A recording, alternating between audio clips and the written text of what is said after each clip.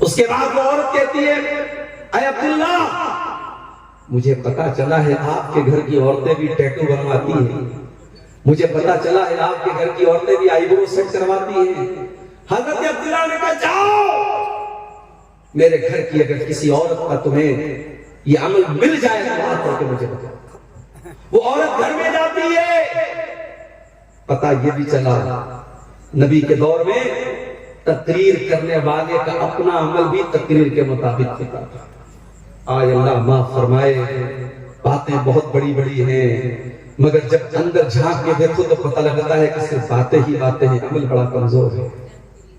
حضرت عبداللہ نے چیلنج دے کر کہا جاؤ اگر میری کوئی بیوی اگر یہ کام کرتے ہوئے پائی گئی میں اپنے ساتھ اس کو نہیں رکھوں گا۔ عورت اندر سے آتی ہے کہتی ہے معافی چاہتی ہوں، معذرت چاہتا ہوں، آپ کے گھر کے بارے میں غلط رپورٹ ملی تھی۔ کہا اگر میری کوئی بیوی ایسا کام کرتی نا تو میں اس کو اپنے نکاح میں باقی نہ رکھتا، پھر وہ عبداللہ کی بیوی نہ ہوتی، میں اپنے گھر میں ایسی عورت کو نہیں رکھتا۔ تو میرے بھائیوں، میری ماں اور بہنوں، یہ تیسرا کام ہے جس کے کرنے والے پر اللہ کے رسول نے لعنت کی ہے۔ جو عورتیں گدنا گدواتی ہیں، ٹیٹو بنواتی ہیں یا آئی برو سیٹ کرتی ہیں، ایسی عورتوں پر بھی اللہ کے رسول نے لعنت کی ہے۔ اور آگے بڑھیے، نمبر 4، تصویر بنانے والے کے اوپر بھی اللہ کے رسول نے لعنت کی ہے۔ آپ نے فرمایا لعن اللہ المصور، اللہ کی لعنت تو تصویر بنانے والوں کے اوپر۔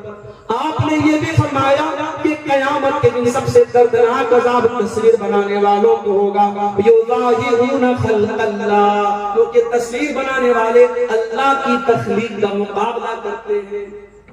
اب یہاں پہ سوال پیدا ہوا، عبد الغفار صاحب اگر تصویر بنانا حرام ہے، آپ خود سیلفی کیوں لیتے ہیں؟ آپ کے ساتھ نوجوان سیلفی لے رہا ہے، آپ سیلفی لینے کی اجازت کیوں دیتے ہیں؟ تو بھائی یہ مسئلہ بھی سمجھ لو کہ کیمرے کی تصویروں کے بارے میں علماء کا اختلاف ہے۔ کچھ علماء تو کہتے ہیں کہ جب تصویر کا نام آ گیا تو کیمرے کی تصویر بھی اس کے اندر شامل ہے، وہ بھی حرام ہے۔ لیکن بہت سارے علماء کا یہ کہنا ہے کہ کیمرے کی تصویر وہ تصویر نہیں ہے جس کا حدیث کے اندر ذکر کیا گیا ہے، کیونکہ حدیث میں یہ کہا گیا کہ تصویر بنانے والا اللہ کی تخلیق کا مقابلہ کرتا ہے۔ جیسے اللہ نے ہمارے ہاتھ بنائے، اللہ نے ہمارے پیر بنائے، تو پینٹنگ بنانے والا جب پینٹنگ بناتا ہے تو وہ ہاتھ بھی بناتا ہے، وہ پیر بھی بناتا ہے، وہ چہرہ بھی بناتا ہے، وہ ناک بھی بناتا ہے۔ فوٹو کھینچنے والا تو کوئی کام نہیں کرتا، وہ تو کیمرے کو کلک کرتا اور فوٹو کھینچ لیتا ہے۔ تو کیمرے کے اندر جو فوٹو آتا ہے وہ در حقیقت ایک شیڈو ہے، ایک عکس ہے، وہ تصویر نہیں ہے جس کے اوپر حدیث میں لعنت کی گئی ہے۔ بہرحال یہ علماء کی ایک بڑی جماعت کا فتویٰ ہے، اس لیے کیمرے کی تصویر کے بارے میں گنجائش ہے۔ اور ہمارے جو بھائی ہمارے ساتھ سیلفی لیتے ہیں تو ہم اس لیے اجازت دے دیتے کہ چلو بھائی، آج کے زمانے میں لوگ فلمی ہیرو کو اپنا ہیرو مانتے ہیں، کوئی کرکٹروں کو اپنا ہیرو مانتا ہے، اگر ہمارا نوجوان اپنے علماء کو اپنا ہیرو مانتا ہے اور اپنے دین کا کام کرنے والے دعات کے ساتھ وہ سیلفی لینے کو اپنے لیے شوق کی چیز سمجھتا ہے تو ہم بہت سختی نہیں کرتے ہیں۔ لیکن پھر بھی تصویروں کے معاملے میں ہمیں احتیاط کرنی چاہیے۔ اور اپنی بہنوں سے کہنا چاہوں گا، آپ کا تصویر لے کر کے اس تصویر کو کہیں پر بھی شیئر کرنا یہ بالکل صحیح نہیں ہے۔ ہماری بہت ساری مسلمان بہنیں وہ اپنے اسٹیٹس پر اپنی تصویر لگاتی ہیں، نیا کپڑا پہنا جلدی سے انسٹاگرام پہ فوٹو ڈال دیا، فیس بک پر فوٹو ڈال دیا۔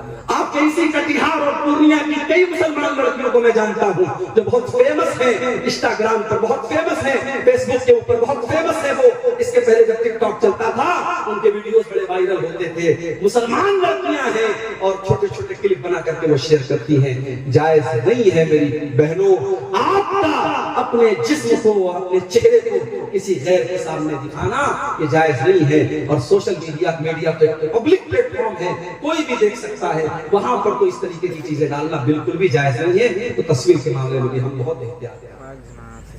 4 چیزیں ہو گئی۔ نمبر 5، اللہ کے نبی کے صحابہ کو برا بھلا کہنے والے کے اوپر بھی اللہ کی لعنت ہوتی ہے۔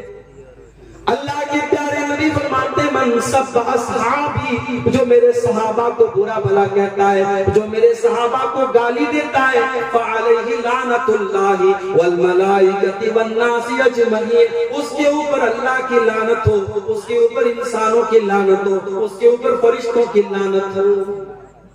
صحابہ کو برا بھلا کہنے والا ملعون ہے، اس کے اوپر لعنت ہو کہ نبی کا الفاظ۔ میرے پیارے ساتھیوں، قیامت تک کوئی جتنا بھی نیک اور متقی بن جائے، کوئی ایک صحابی کے پاؤں کی دھول کے برابر بھی نہیں ہو سکتا، کیونکہ صحابہ وہ لوگ ہیں جنہوں نے اللہ کے نبی کا دیدار کیا ہے، جنہوں نے اللہ کے نبی سے ملاقات کی ہے۔ ہم صحابہ کے برابر نہیں ہو سکتے، ہم صحابہ کے جیسے نہیں ہو سکتے۔ اور آگے بڑھو، اللہ کی لعنت کا حقدار بنانے والا ایک اور کام ہے رشوت لینا اور دینا۔ اللہ کے نبی فرماتے ہیں لعن اللہ الراشی والمرتشی، رشوت لینے والے پر بھی اللہ کی لعنت اور رشوت دینے والے پر بھی اللہ کی لعنت۔ شیخ صاحب، بغیر رشوت دیے بجلی کا میٹر نہیں لگتا، بغیر رشوت لیے کسی زمین کا کاغذ پاس نہیں ہوتا، بغیر رشوت لیے زمین کی رجسٹری نہیں ہوتی۔ ٹھیک ہے، جہاں مجبوری ہے اور وہ کام ایسا ہے کہ آپ اگر رشوت نہیں دیں گے کام نہیں ہوگا، وہ الگ میٹر ہے۔ لیکن اپنے فائدے کے لیے رشوت دینا اور اپنی آسانی کے لیے رشوت دینا، وہ کام بغیر رشوت یہ ہو سکتا تھا، پھر بھی رشوت دے کے اپنا کام جلدی سے کرا لینا یہ غلط ہے۔ مدرسوں میں نوکریاں ہو رہی ہیں، وہاں پر بھی رشوتیں چل رہی ہیں، اور ایک انسان حقدار ہے، اس کے پاس ڈگری ہے، علم ہے، سب کچھ ہے، 5 لاکھ روپیہ مدرسے کی کمیٹی کو نہیں دے گا، مدرسے والے اس کو نہیں رکھیں گے، اور اس میں اگر نہیں دیا مدرسے والے ایسے انسان کو رکھیں گے جو 5 لاکھ روپیہ دے دے، چاہے وہ انگوٹھا چھاپ ہی کیوں نہ ہو، فرضی ڈگری لے کے آیا ہو تب بھی اس کو رکھنا ہے۔ علماء نے یہ بھی لکھا ہے جہاں یہ حالات پیدا ہو جائیں اور آپ کو پتا ہو اگر ہم نے یہاں رشوت نہیں دی، ہم نے پیسہ نہیں دیا، تو یہاں ایک حقدار کا حق مارا جائے گا اور ایک نالائق آدمی اس عہدے پر اور اس چیز پر قابض ہو جائے گا۔ وہاں مجبوری کی وجہ سے، چونکہ رشوت دے کوئی شوق سے نہیں دیتا ہے، لینا یہ شوق ہو سکتا ہے، لینے والا اختیار سے لیتا ہے، دینے والا ہمیشہ مجبوری میں دیتا ہے، تو رشوت دینے والا ایسی مجبوری کے کیس میں اس کی اللہ تعالیٰ کیا اس کو چھوٹ مل سکتی ہے، مگر عام حالات کا مسئلہ یہی ہے رشوت لینے والا اور رشوت دینے والا دونوں کے بارے میں اللہ کے نبی نے لعنت کی۔ اور آگے بڑھیے، شراب پینے والے کے اوپر بھی اللہ کے نبی نے لعنت کی، اور صرف شراب پینے والے پر نہیں، آپ نے فرمایا شراب جس پھل سے بنتی ہے اس پھل سے رس نکالنے والے پر بھی اللہ کی لعنت، اور جو انسان اس رس کو نچوڑ رہا ہے، اس پھل میں سے، اس انگور میں سے رس کو نکال رہا ہے، اور جو اپنے برتن میں نکلوا رہا ہے، دونوں کے اوپر اللہ کی لعنت۔ اور اسی طریقے سے آپ نے فرمایا وہ بائعہا، شراب کے بیچنے والے پر بھی اللہ کی لعنت، وہ حاملہا، شراب کا برتن اٹھانے والے پر بھی اللہ کی لعنت، والمحمولۃ الیہ، اور شراب کا برتن جس کے پاس لے کے جایا جا رہا ہے اس کے اوپر بھی اللہ کی لعنت، والمشتری لہا، اور شراب خریدنے والے کے اوپر بھی اللہ کی لعنت، والمشترات لہو، اور جس کے لیے شراب خریدی جا رہی ہے اس کے اوپر بھی اللہ کی لعنت۔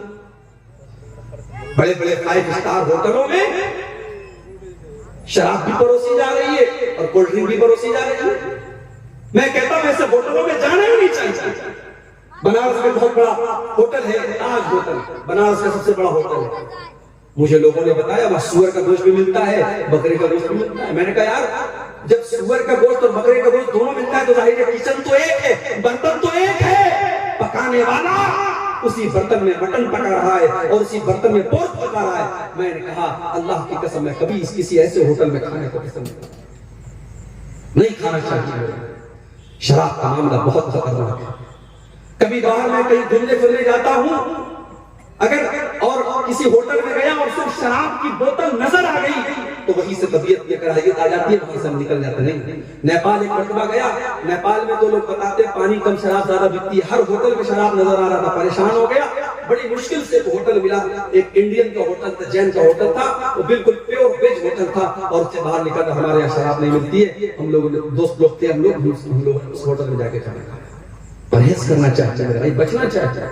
شراب پینا ہی حرام نہیں ہے، شراب میں کسی طریقے کا سپورٹ کرنا یہ بھی حرام ہے۔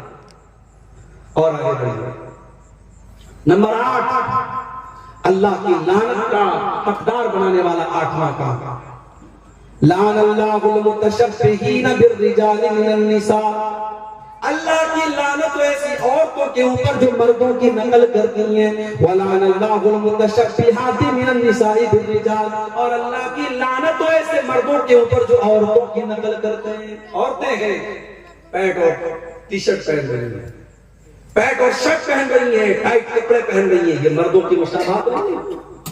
چھوٹے چھوٹے بال کٹوا کے ایسا لگ رہا ہے کوئی مرد جا رہا ہے۔ بعض عورتوں کو دیکھیے، کبھی کبھی کہیں ٹکٹ لینے کھڑے ہو جاؤ، لائن میں کوئی عورت کھڑی رہتی ہے اور پینٹ اور شرٹ پہنے ہیں اور چھوٹے چھوٹے بال ہے، پیچھے سے سمجھ میں نہیں آتا کہ محترم ہے کہ محترمہ ہے۔ آدمی کنفیوز ہو جاتا ہے کہ یہ آدمی ہے کہ عورت ہے۔ ایسی عورتوں پر لعنت کی اللہ کیسے، اور ایسے مردوں کے اوپر بھی اللہ کی لعنت ہو جن کو بس لپسٹک لگانا باقی ہے۔ ہجڑے تو ایسے ہی بن گئے، داڑھی واڑی تو بالکل صاف ہے، اور بال بھی ماشاءاللہ بعض لڑکوں کے دیکھو تو کافی بڑے بڑے رہتے ہیں۔ آج کل بال 2 ٹائپ کے چلتے ہیں، ایک بالکل لیڈیز کٹ بال اور ایک سور کٹ بال جو آدھا ٹکلا رہتا ہے آدھا بال رہتا ہے، وہ بھی حرام ہے۔ تو یہ 2 ٹائپ کے بال بھی ہمارا نوجوان رکھتا ہے۔ اور بعض نوجوانوں کو دیکھتا ہوں کانوں میں بالی بھی پہنے رہتے ہیں، کانوں میں بھی چھید کروائے رہتے ہیں، کہتے ہیں فیشن ہے مولوی صاحب، سونے کی چین بھی گلے میں ڈالا گیا، فیشن ہے مولوی صاحب۔ ابھی یہ فیشن آئے گا کہ لپسٹک کا فیشن آئے گا، لپسٹک بھی لگائے گا، یہ پرسوں فیشن آئے گا نیل پالش لگاؤ، یہ نیل پالش بھی لگائے گا۔ اللہ کی لعنت ہے ایسے مردوں کے اوپر جو عورتوں کی مشابہت اختیار کرتے ہیں، جو عورتوں کی طرح بات چیت کرتے ہیں۔ اور بعض لڑکوں کے اندر میں نے دیکھا بچپن سے اگر والدین کنٹرول نہیں کرتے، عورتوں کے انداز میں بات چیت کرتے ہیں، تو بڑے ہونے کے بعد عورتوں جیسی صفات پیدا ہو جاتی ہے۔ مرد کو مرد ہی رہنا چاہیے میرے بھائی، اس کے انداز اور اس کو کپڑے۔ بعض ہمارے رشتہ داروں میں ہم نے ایک جگہ دیکھا، ایک لڑکی تھی، بچپن سے اس کو اس کے والدین لڑکے کا کپڑا پہناتے تھے۔ آج وہ لڑکی 20 سال کی ہو گئی، ماں باپ چاہتے ہیں لڑکی شلوار قمیض پہنے، لڑکی عورتوں کا کپڑا پہنے، مگر بچپن سے اس کو لڑکوں کا کپڑا پہنایا ہے۔ آج 20 سال کی لڑکی ہوتی ہے، آج وہ لڑکوں کا کپڑا پہنتی ہے، تو یہ جائز نہیں ہے میرے بھائی، اللہ کے نبی نے لعنت کی ہے۔ اور آگے بڑھیے۔